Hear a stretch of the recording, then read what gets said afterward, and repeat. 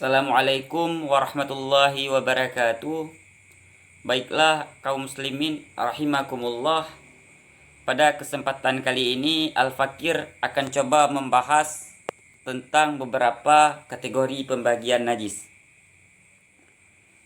Bismillahirrahmanirrahim. Faslun an-najasatu salasatun mughallazatun wa mukhaffafatun wa mutawassitatul mughallazatu najasatul qalbi wal khinziri wa far'i ahadihima wa mukhaffafatun bauqus sabil ladzi lam yat'am ghairal labani wa lam yablughil haulaini wal mutawassitatu sa'irun najasati.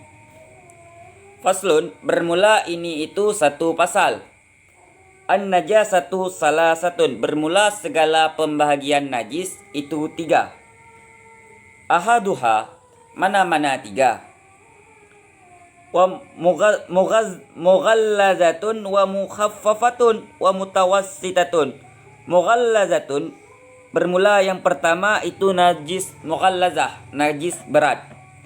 Wa mukhaffafatun wa mutawassitatun, dan bermula yang kedua itu najis mukhaffafah, najis yang ringan. Wa mutawassitatun, dan bermula yang ketiga itu najis pertengahan. Jadi pembahagian najis ini ada tiga kelompok. Yang pertama yaitu najis mughallazah. Makna daripada najis mughallazah yaitu najis yang diberatkan. Dan yang kedua ada yang namanya najis mukhaffafah. Apa pengertian najis mukhaffafah? Maknanya ialah najis yang diringankan. Adapun yang ketiga yaitu najis mutawassitah, najis pertengahan. Lantas bagaimana yang disebut dengan najis mughallazah, bagaimana yang disebut dengan najis mukhaffafah, dan bagaimana yang disebut dengan najis mutawassitah?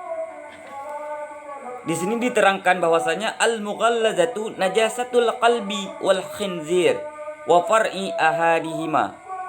Bermula najis mughallazah, najis yang diberatkan itu najasatul qalbi wal khinzir wa far'i ahadihima, itu anjing, wal khinzir dan babi, wa far'i ahadihima, dan barang yang terlahir keduanya daripada anjing dan babi.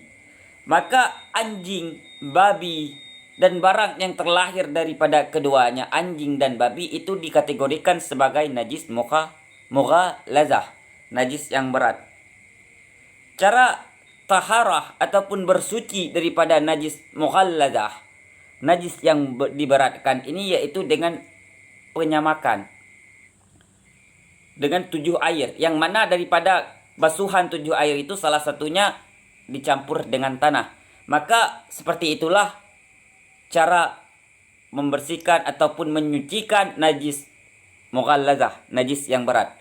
Maka maksud daripada barang terlahir keduanya daripada anjing dan babi, contoh kencingnya anjing, kencingnya babi, ataupun lain sebagainya, itu termasuk ke dalam najis mughallazah. Kenapa? Karena demikian kencing ataupun beraknya anjing dan babi itu barang yang terlahir daripada keduanya anjing dan babi.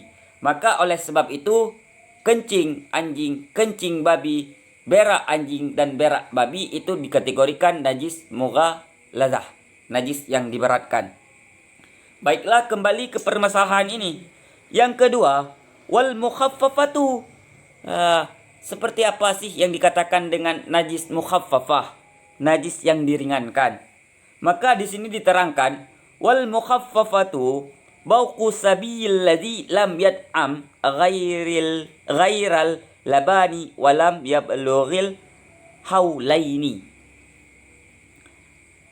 Wal mukhaffafatu, bermula najis yang diringankan, bauqu sabil ladzi lam yat'am ghairal labani wa lam yablughil haulaini.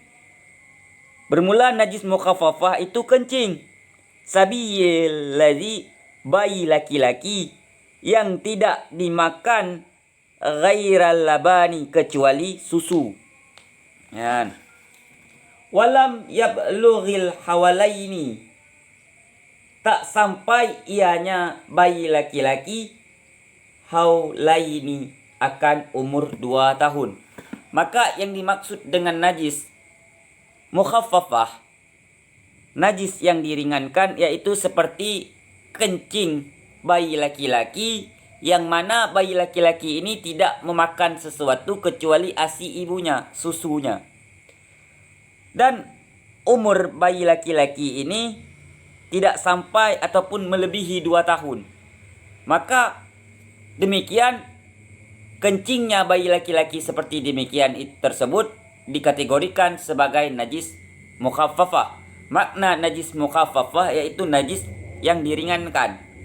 Cara membasuhnya cukup dengan menyiram air, membersihkannya saja, maka sudah suci. Baiklah, selanjutnya kita bahas tentang yang ketiga, yaitu najis mutawassitah. Seperti apa sih najis mutawassitah tersebut? Di sini dijelaskan wal mutawassitatu sa'irun najasati. Dan bermula najis yang pertengahan. Mutawassitah ini najis pertengahan. Bermula najis yang pertengahan, sa'irun najasati, pertinggalan segala najis. Maka yang dimaksud dengan najis pertengahan, najis mutawassitah, yaitu najis-najis yang tidak masuk ke dalam perihal najis mughallazah dan tidak pula masuk ke dalam perihal najis mukhaffafah. Maka demikian najis mutawassitah, najis-najis kecuali najis mughallazah dan najis mukhaffafah itu dinamakan dengan najis mutawassitah.